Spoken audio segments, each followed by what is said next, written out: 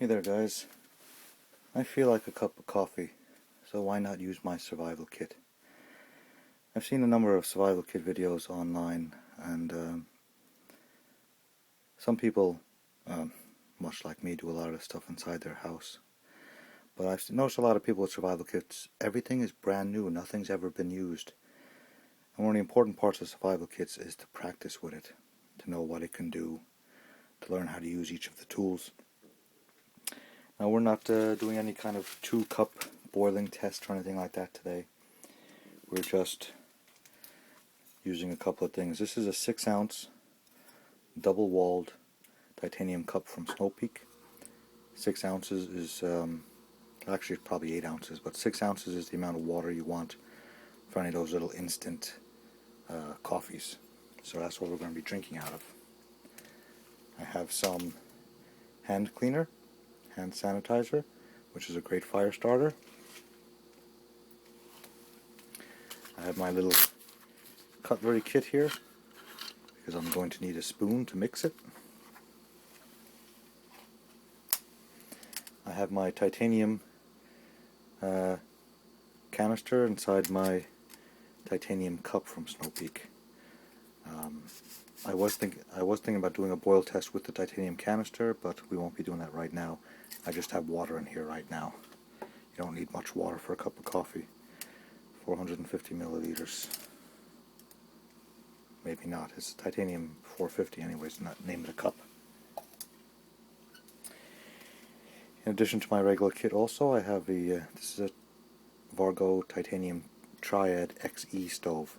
The top piece here you would fill with alcohol and then hold it in there, and you could use this stove all by itself if you wanted to.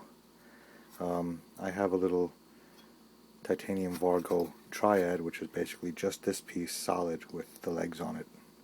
This is designed to be separate because you can use this with solid fuel tabs, and you can see with all the burning in there I use it quite a bit with solid fuel. But for today's purposes we're going to take the lid off this, and we're just going to use this little titanium base plate. The reason we're going to do that is because the Vargo stove, even though it can be used with any fuel source, these little fuel tablets can be kind of messy, so I might as well just do this to keep the bottom of the stove a little bit cleaner. This is just a bag of supplies. I usually throw coffee, hot chocolate, sugar, stuff like that in here when I'm on when I will be on a long turn out. For now, all we need is one little Taster's Choice coffee thing, and we're going to need some sugar. Not that much, but I'll open the bag and take out what I need.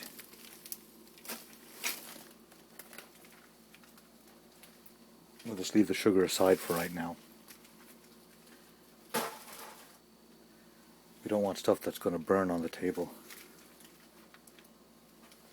Also, instead of carrying milk, I'll be carrying some non-dairy creamer. This, of course, is a lot more than you'd carry with you. It's actually brand new. So you would spill some of this into a little Ziploc bag and bring it with you. Just get that open. Make sure it's ready to go. Yep, it's ready to go. Put that aside. When we actually do the burn, we don't want anything on the table that can burn. That's why I have, this is a 1-inch thick chessboard made out of marble. So it's very safe for fire, and behind it, that's my front door, which is made out of metal. So from our kit we're going to need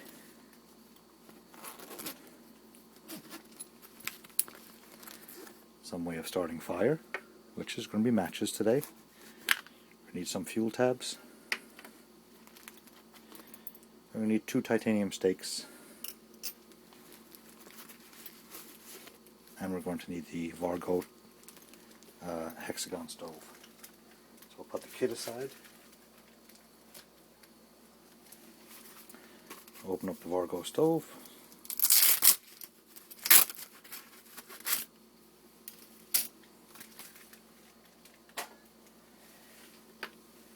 open up our fuel tabs.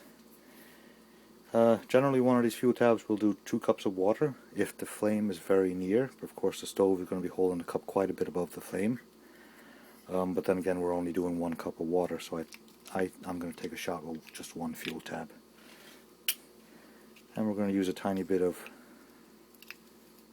dryer lint just to show you how easily it catches. We're going to use a combination of dryer lint and hand cleaner to just show you how quickly it catches.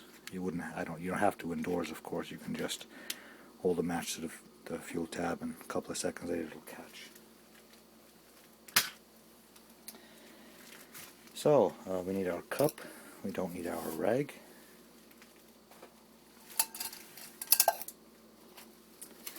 What we need out of here is a spoon to do some mixing.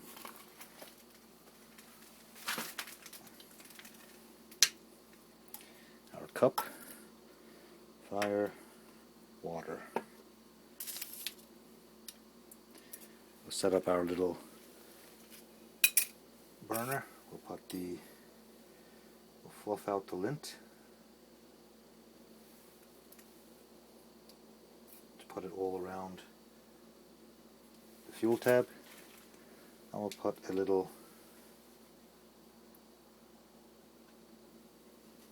hand cleaner on the side, spilling on the lint and the fuel tab just so everything catches. Put that aside. Okay.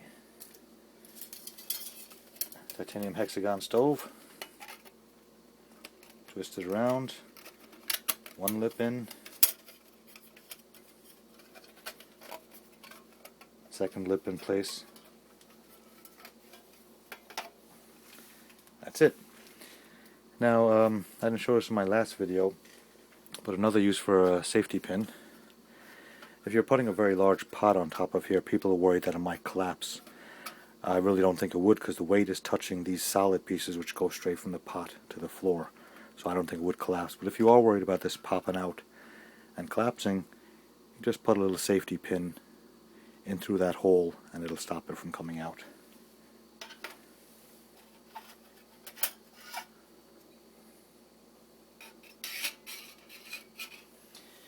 We'll get our water ready ahead of time. Again, we only need 6 ounces of water, which is probably not much more than half that cup. It's probably a 12-ounce cup.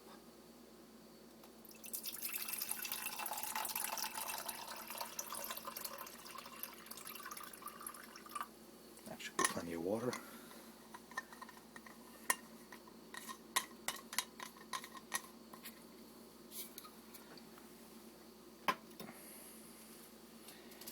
Get our taster's choice ready.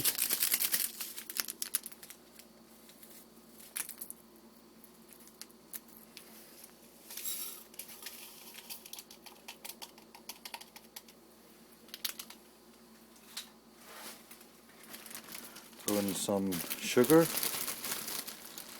I like my tea fairly sweet.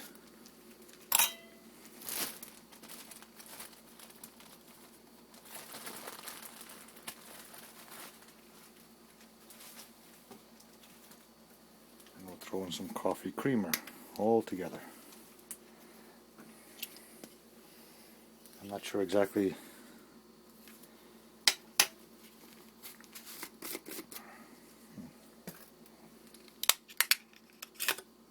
knew that wasn't ready to go. I'm not sure exactly how much coffee creamer you use with a cup. Start with 4 teaspoons for hot coffee. Wow. I'm sure that's bigger than a teaspoon.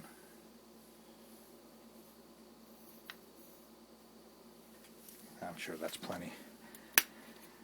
Now, depending on how you like your coffee, how strong you like it or whatever, you can just boil put the boiling water into the coffee first and add your sugar and creamer later on. I just put it all together. I'm not that picky.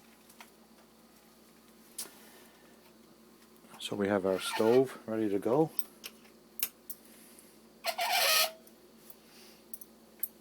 We have our water ready to boil. And we have our little cup to put it in.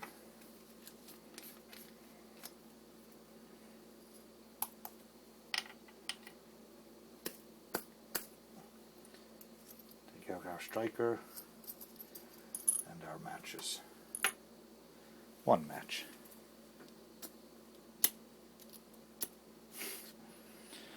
Here I am having trouble lighting a match.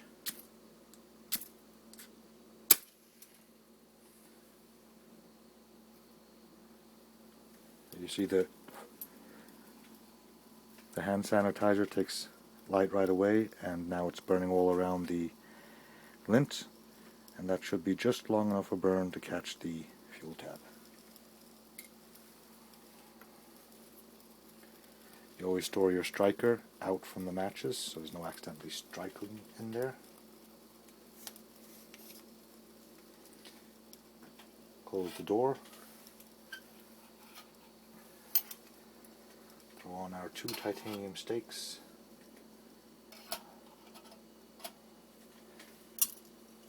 And our cup of water.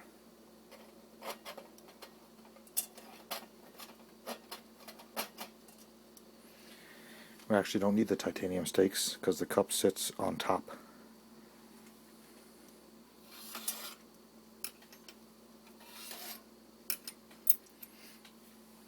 So that's good to know that stove is small enough to do a regular size cup.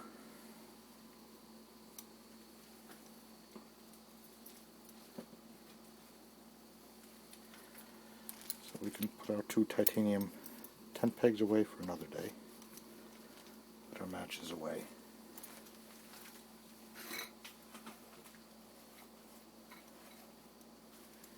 Now for the most exciting part of the video, we get to watch water boil. Start at around the 12-minute mark, so we'll see. I'm sure 1 cup of water will boil relatively quickly.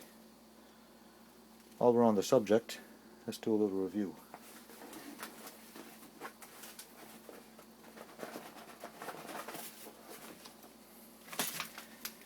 Pathfinder book, waterproof book, good book. I did a good bit of underlining in it, but strangely enough,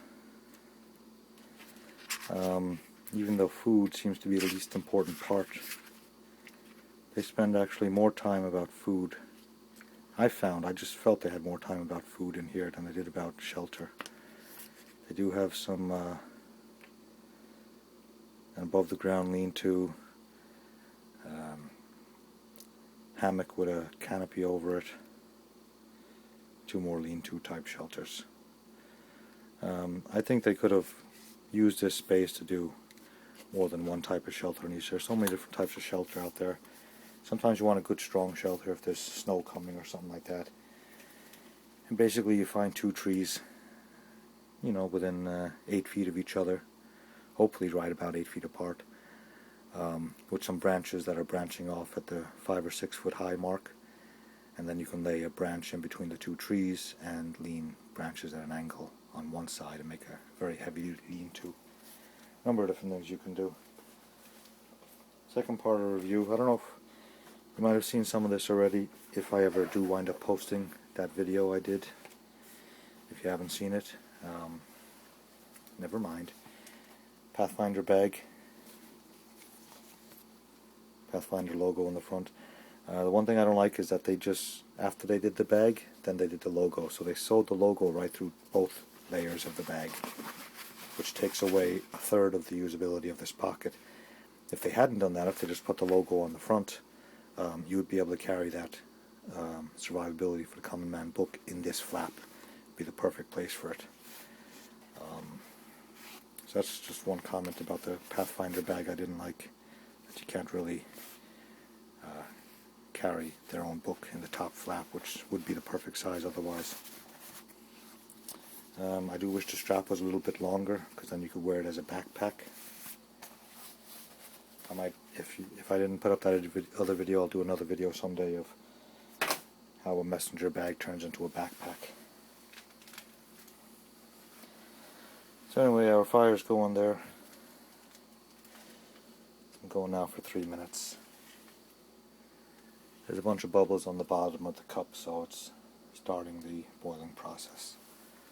Not a rolling boil just yet. I don't know if it'll ever reach a rolling boil.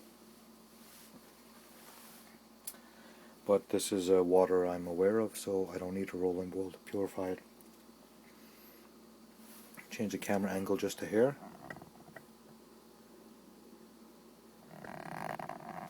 There's some steam coming off the water. I don't know if the camera will catch it.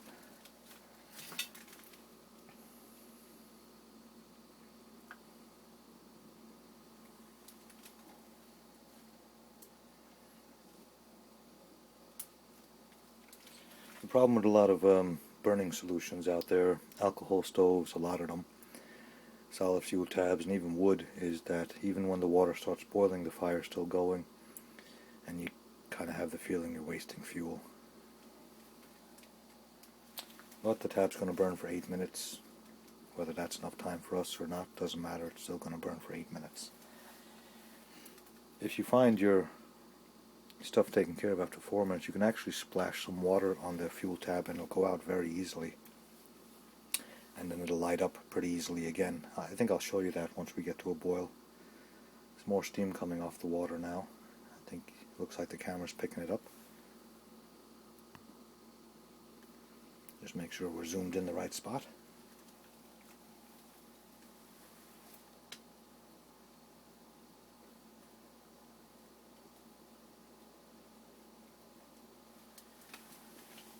Of course, all the metal is very hot, so you don't want to touch that door. You always use a twig or something. I'll use a titanium tent peg. Once again, I cannot say tent peg properly. I keep saying it wrong. Just open the door, and of course, if you were using wood, you could feed more wood into it.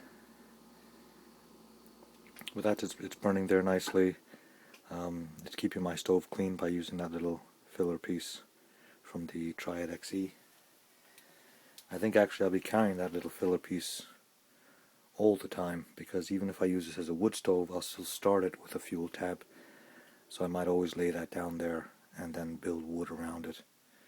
It'll also help when you're piling the wood across to leave an oxygen space down there, because it'll hold the wood a little bit away from the fuel tab.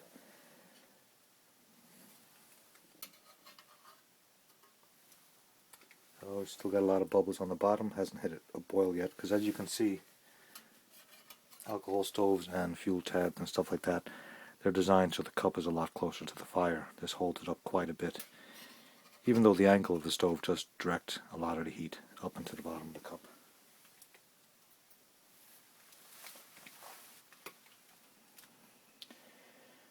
With that steam coming off there now, it's plenty hot to make coffee, but we want to see if it comes to a rolling boil. And now, without a time limit on YouTube, if you find this stuff interesting, keep on watching. Let's see if it comes to a full boil or not. What else is there to talk about? I don't know. I'm pretty much all talked out. I've been making a lot of videos this week on whole new subject matters, so people who enjoyed my little unboxing videos are probably getting a little ticked off. What are you going to do?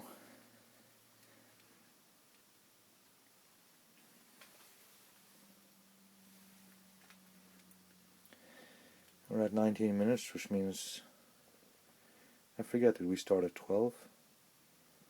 Which means this has been burning for 7 minutes now, so it's going to be going out in a minute. I would not call that a rolling boil. Not with one fuel tab so far away from the cup. But you can see the steam coming off that. The water's right at it's definitely above the 160 degree mark.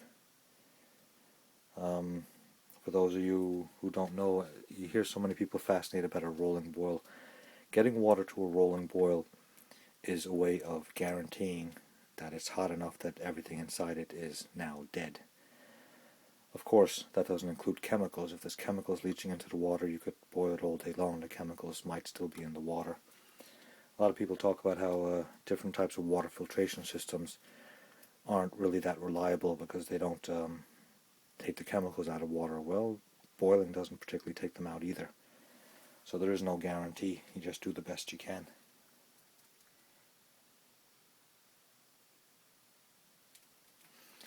But if you can't get your water to a rolling boil, you can pasteurize your water. You can, if you have actually a bright sunny day, you can actually put all your water into a Ziploc bag, and the sun beating on the water will actually pasteurize it. Take a few hours, but it will happen. You can also hold your water near your fire, kind of like what we're doing here. And as long as the water reaches 160 degrees for about 20 minutes, it'll also kill everything in the water. So you don't have to reach a rolling boil all the time. And of course, like most of us who bring water with us for consumption, at least at first, you don't have to bring it to a boil for any reason. You brought the water with you, you know it's good. If you're out there for a couple of days and you run out of your own water, then you got to worry about the boil. So you save your fire materials. You don't go crazy boiling up water that you got out of your kitchen sink. Funny thing about water, they did a study a few years ago here in New York City where they took about 7 or 8 of the most popular bottled waters and did blind taste tests, and 90% of people picked New York City tap water as the best tasting water, and everybody else had it within their top 2 or 3. So New York City has the best tap water, one of the best tap waters out there. So anyway, our fire is just about to go out. We'll let you watch the dying of the flame. And we'll prepare our little cup.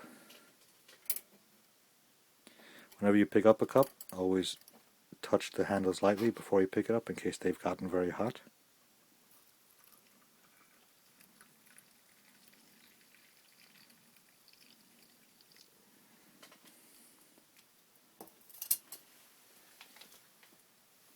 Now, because I put all the ingredients in together,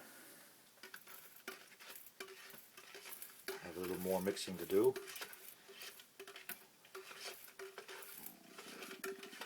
And basically you just mix until you see there's no more coffee bits floating around the top. The good thing about instant coffee is the warm water that comes out of your tap is actually hot enough to make instant coffee. You don't need boiling water like you do with real coffee. Now these are Nescafes. I've never used these ones before. I usually use Starbucks, but they're 3 times the price. These Nescafes, you get 7 of them for like $2 on sale. Starbucks is like $3 for 5 of them. And actually I find Starbucks kind of strong, so I wouldn't use Starbucks with a 6-ounce cup of coffee. I'd make a 12-ounce cup of coffee with it. I just licked the spoon. Definitely have enough creamer and sugar in there. Clean your spoon before you put it back in your pack, so you don't have any problems with rust in the future.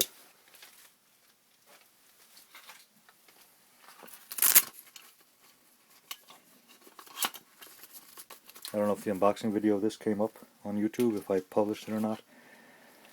It's a small little kit you can throw on your belt. This isn't something I would carry on my belt. I got it for a number of reasons. Number one, I could use this pouch for other purposes.